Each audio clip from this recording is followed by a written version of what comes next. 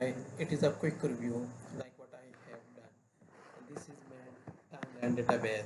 So here your first project timeline and second is task timeline. So here I have linked this task database here. When you open this and when you change or edit something, so their information automatically save here in this task database because they are linked each other.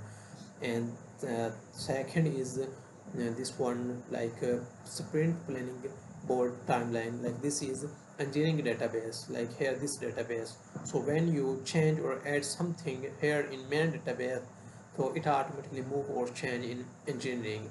And third is I have the link bug and report timeline. So at that moment I have set up this. So review this and let me know if you need any changes. And second, I suggest you I can improve your this left section like into button section.